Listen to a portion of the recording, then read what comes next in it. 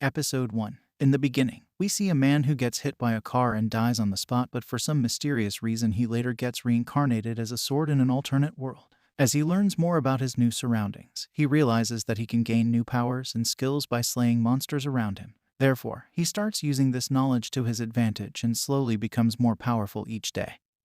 He notices that the further he goes from the place he was reincarnated in, the more powerful monsters he meets, but it also gives him the added advantage to confront dangerous enemies to acquire more powerful skills. The magical sword uses this opportunity to explore new regions, becoming more powerful in the process. However, when he arrives in the wilting forest and tries to take a rest, he realizes that he has gotten stuck in the mud and can't use any of his powers. Meanwhile, a young cat girl lives a life of misery while working for humans who have enslaved her, and many other beings of different races. Despite being dehumanized daily, they can't do much. It was because of the neckband and slave contract, which makes them incapable of standing for themselves, as they can't even refuse any orders given to them irrespective of how unreasonable they may be. One normal evening, the humans use carriages to cross the wilted forest that carries their luggage and the enslaved people. While the weather is not very pleasant, it becomes the least of their worries when they realize that they are being followed by a bloodthirsty two-headed bear. Using his brute strength, the beast easily manages to toss the carriage aside, forcing the people to come out of it. The humans who are in control of the slaves ordered them to stay in their place so that they can run away while the beast is busy hunting others down, since the collars make it impossible for the slaves to disobey their owners. They are stuck in their place, however, when the human who gave them their orders tries to flee.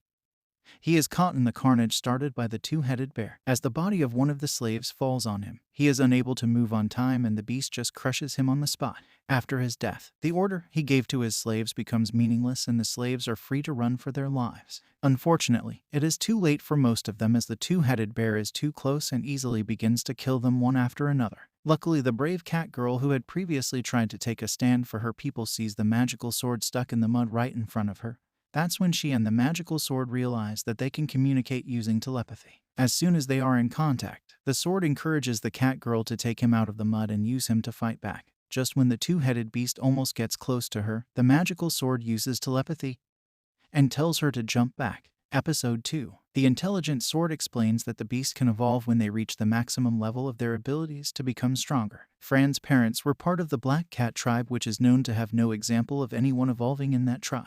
Fran's parents traveled with her in search of evolution but perished in the attempt. Fran, now with the help of the sword, decides to fulfill her parents' dream of proving that black cats can also evolve. The sword tells that Fran has a great talent in sword and magic because she learns his teachings very quickly. While resting after training, Fran hears something and quickly heads over there, confusing the sword. They arrive at a place where they see a wagon in which two men are being attacked by goblins.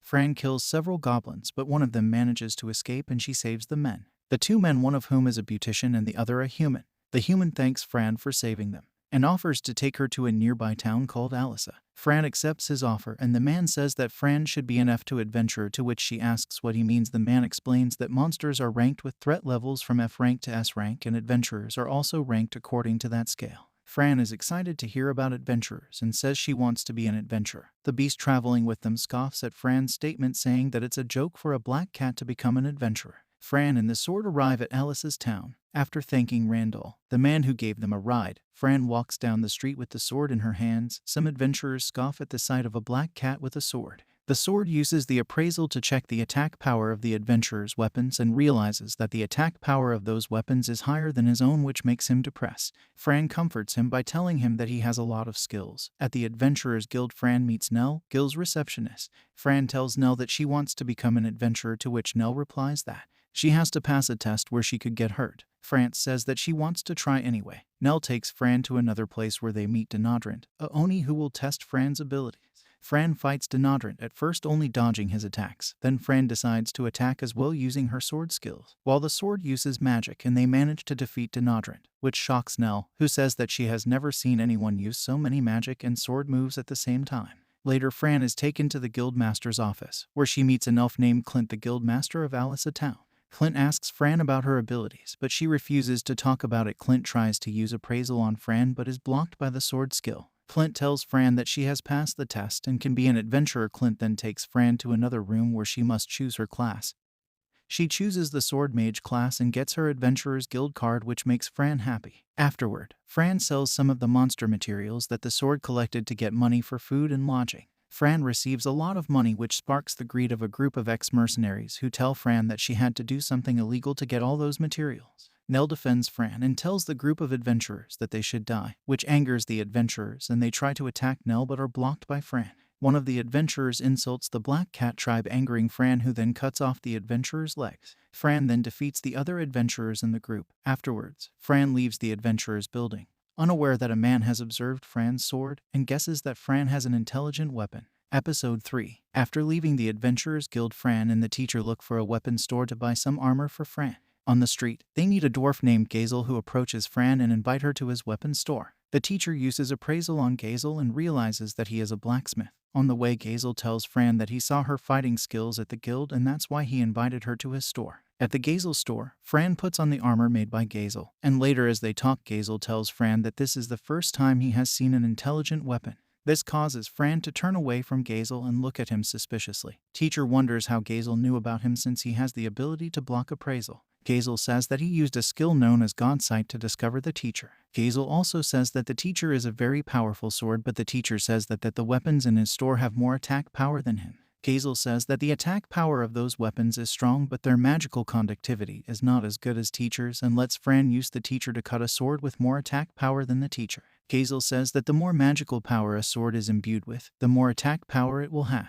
Gazel asks the teacher about his origin, to which he replies that he has no memory of who made him. Gazel says that only divine blacksmiths can make a sword like the teacher, and they are also the ones who make legendary weapons. After saying goodbye to Gazel, who will make a scabbard and a new armor for Fran with the materials that teacher gave him, Fran and the teacher buy clothes for Fran as well as ingredients and spices for cooking on their travels. The next day, while they both go on a mission to collect medicinal plants, they both hear battle sounds. Fran heads towards the place where the sound is coming from and sees a group of 3 adventurers being surrounded by goblins and hobgoblins. Fran sees that the adventurers are in trouble and rushes in to fight the monsters. Fran and the teacher succeed in killing the group of goblins. The adventurers thank Fran for helping against the hobgoblins and tell her that the loot from the monsters belongs to her. Fran says that she will only take loot from hobgoblins, and the adventurers say that if there are hobgoblins, it means a goblin stampede is coming, which could put the whole city in danger. A goblin who is hiding uses a horn to call for reinforcements. The adventurers say they are going to town to report the goblin stampede, and Fran decides to stay to fight the goblin. Afterward, Fran, with the help of the teacher, fights a large group of goblins. The teacher asks Fran to retreat, but she doesn't listen to him. He asks her why she doesn't retreat, to which she replies that she will never back down. Episode 4. Fran and the teacher come back to Gazel's shop, where the teacher asks Gazel to repair their equipment. Gazel asks them what happened. Fran tells him that they fought goblins today, and the teacher tells Gazel that they have slain 100 goblins. After this, Fran has a flashback where she was about to go inside the goblin nest, but the teacher stops her and tells her to go back. On the way back, they run into other adventurers, and after inspecting the nest, they realize that it was a dungeon. Now Fran goes to the guild master and reports the incident. Clint asks her, when you were killing them, did any of them try to run back to the nest? She says no. This worries Clint, and he tells Fran that it is because the nest was already full of strong goblins. Fran tells him that an adventurer told her that it was a dungeon. Clint asks Fran to join their team, which will head there to hunt these goblins.